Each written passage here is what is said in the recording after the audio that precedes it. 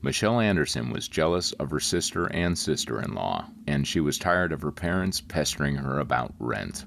On Christmas Eve 2007, Michelle Anderson and her boyfriend took matters into their own hands and planned a deadly holiday surprise for Michelle's family. The picture-perfect town of Carnation, Washington would never be the same.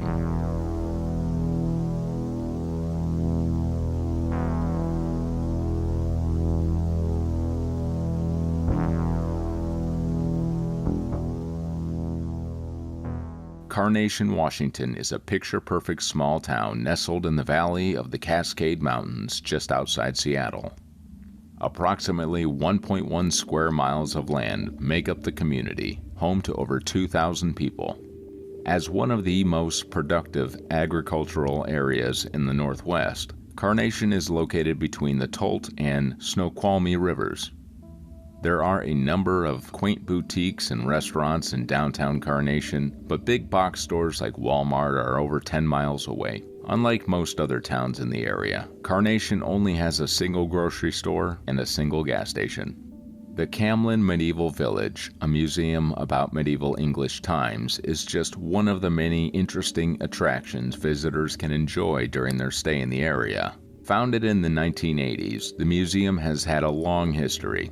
Its purpose is to teach children and families what life would have been like in the 1300s in England. Another popular tourist attraction is Remlinger Farms. Located about 1 mile from the center of town, this farm is fully operational and in a lovely area.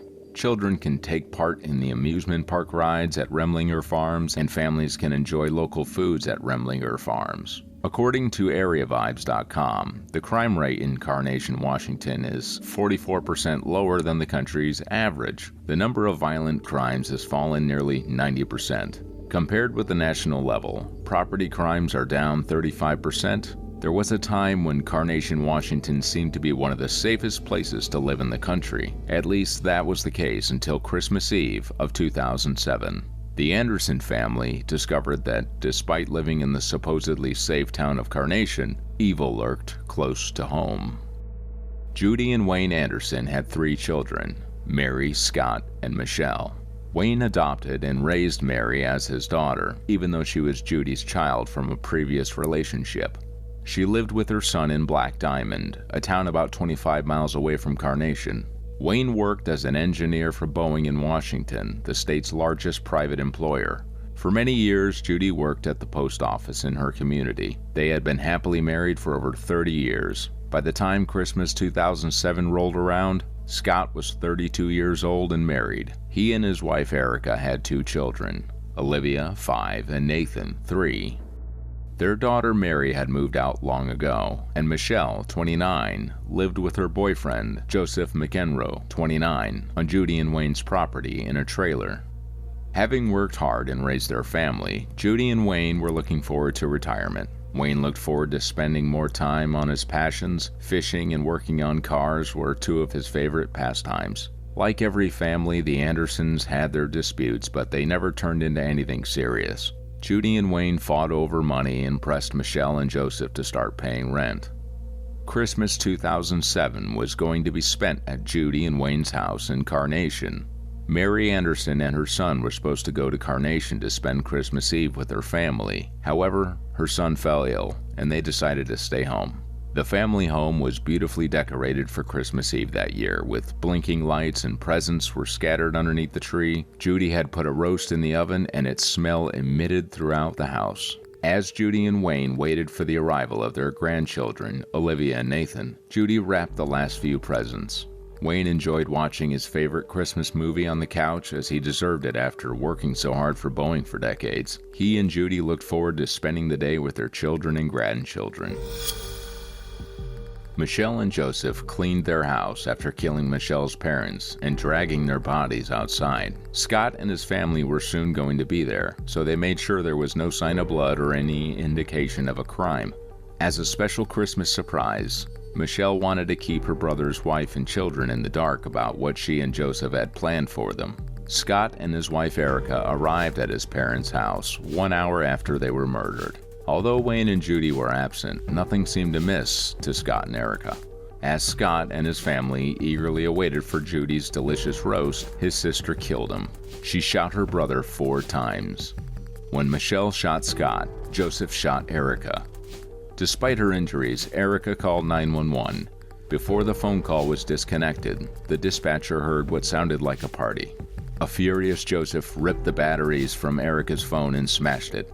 The police dispatched a vehicle after the call dropped. Since the gate to Wayne and Judy's property was locked when the officers arrived, they decided not to investigate further. Following Erica's 911 call, Michelle ran to the front of the property to make sure the gate was locked. After Joseph yanked Erica's phone from her grasp, Michelle shot her sister-in-law twice, killing her. Then Michelle realized she'd ran out of ammo. Michelle's gun was empty, so she told Joseph to shoot Olivia 5 and Nathan 3. With 14 bullets, Michelle and Joseph wiped out 3 generations of the Anderson family. Linda Teal, Judy's friend and co-worker, became concerned when Judy failed to arrive at work 2 days after Christmas Eve. She drove to Judy and Wayne's home in Carnation at 8 a.m. to check on them. The front gate was still locked, so Linda exited her vehicle and walked to the house's front door. Peering through Judy and Wayne's windows, Linda saw Scott's body lying on the floor.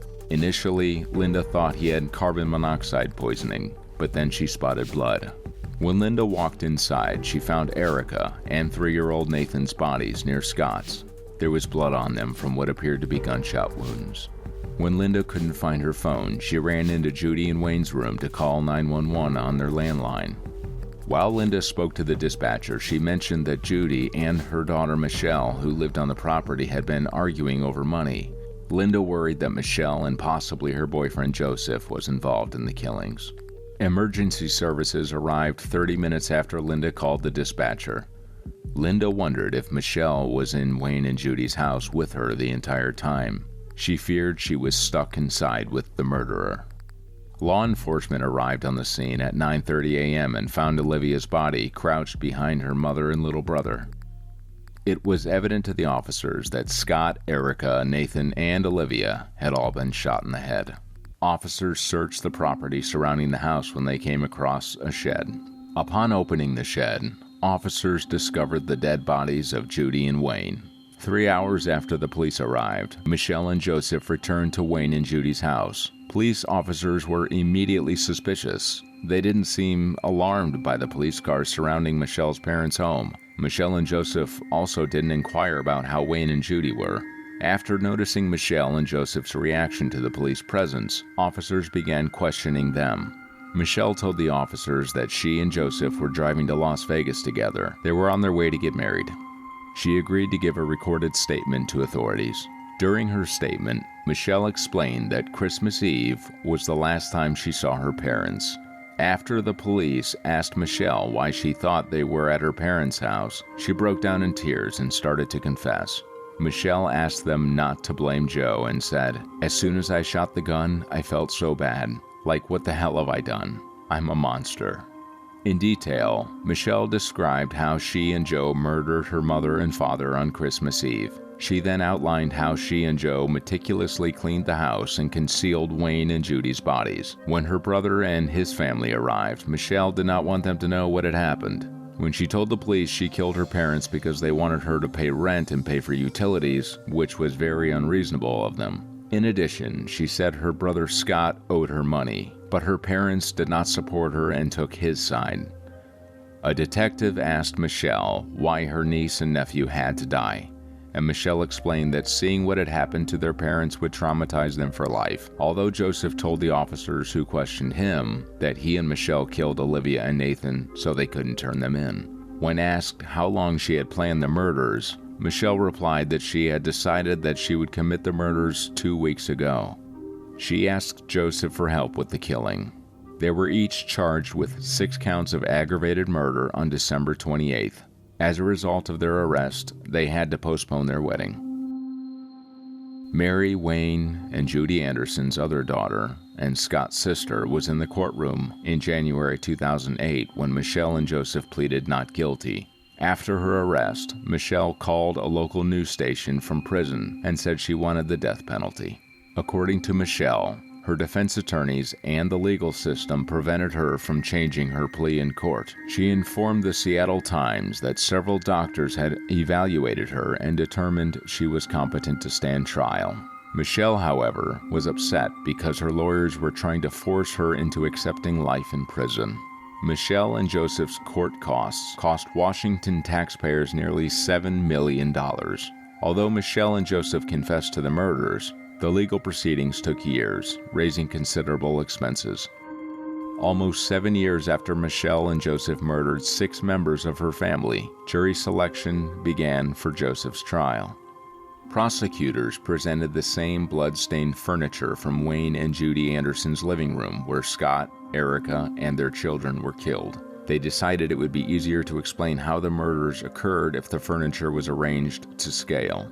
During Joseph's trial, his defense attorney never denied that he participated in the murders. Instead, they claimed Michelle had coerced him. Since the prosecution was pushing for the death penalty, Joseph's attorneys also argued he was mentally ill. After finding Joseph guilty on 6 murder counts, the jury had to determine whether he should be executed.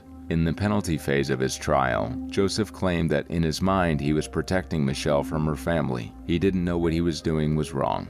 Before the jury decided whether to impose capital punishment, Joseph apologized to the surviving Anderson family members. Joseph told the court he hoped to help and counsel other incarcerated prisoners. The jury sentenced Joseph to life after 3.5 days of deliberation. During Michelle's trial, the prosecution claimed she killed her family for greed, and Michelle's confession was presented to the jury. According to the prosecutor, Michelle's sister-in-law, Erica, was the person she hated most. They claimed Erica pushed Michelle out of Scott's life, and she felt slighted. In the middle of her trial, Michelle had an outburst. She stood up and accused her attorneys of lying to her, and the judge of disturbing her right to a fair trial. The defense did not call any witnesses to testify. Michelle was said to be particularly uncooperative with them. After being found guilty of all 6 murders, Michelle was sentenced to life in prison. In a victim impact statement, Mary, Michelle's only surviving sibling, wrote, "It kills me. I loved you so much. Just know they loved you." In an interview with Erica's mother, she said she often thinks about her daughter and the other victims. She said she wonders what their lives would have been like had Michelle and Joseph not killed them. In her fantasy, Wayne and Judy would have been traveling in their RV after Wayne retired. When the interview was conducted in 2015, Olivia would have been 13 and Nathan would have been 10. Erica's mother wondered if Nathan would have enjoyed playing baseball like his cousin Jack. "There's too much gone," Erica's grieving mother said. "There's too much missing." What do you think about the Carnation murders? Do you think Michelle and Joseph deserved the death penalty for the heinous murders of 6 people? What about Joseph's defense? Was Michelle controlling him, or did he act of his own free will? Don't forget to hit the bell icon and subscribe.